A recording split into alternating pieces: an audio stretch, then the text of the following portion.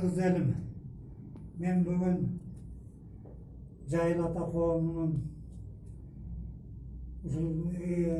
eserigine gelip, muzeyine gelip, Kırgız elge жалпы жұртқа кайрылуунун себеби ушул кыйынчылык оор заманда моундай оорукчулук отурганда Жайыл атага, Темиржан энеге жана өтүп кеткен жалпы аталардын арбактарына Куран окуп, Кудайдан тиленип эл ичинде жакшы, оору, сыркоолордон алыс болуп тезирээк ушул жаман илдеттен тезирээк кутулуусун жараткандан тиленип атам.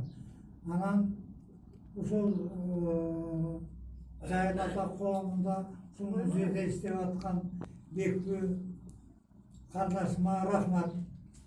Ушул жерди гүлдөтүп, өсүрүп, жалпы эл журттун рахматына татыктуу болуп, жакшы иштеп келе жатат. Жалпы кала калкыбыз, жалпы эл журтубуз аман болсун. Рахмат. Өзүңүз аты жөнүңүздү кайсы жактан келгениңизди айтып койсоңуз, байке. Фрунзе айыл өкмөтү Чалдыбар айылынан Өмүрали Дүзөн. Рахмат. Сиздин бүгүнкү айткан кыргыз элине кайрылган кайрылууңуз, берген батаңыз Алла Тааладан кабыл болсун. Сизге да рахмат. Мына бүгүн Шайыр апаларыбызды жетектеп, дасторконуңуз жайып, Жайыл Баатырга өтүп кеткен ата бабаларга 2020 жылдын бүгүн 22 июлю байкелер дайыма келип турушат, таазим этип турушат. Былтыр болсо октябрь айында кой союп, Куран окутуп кетишкен.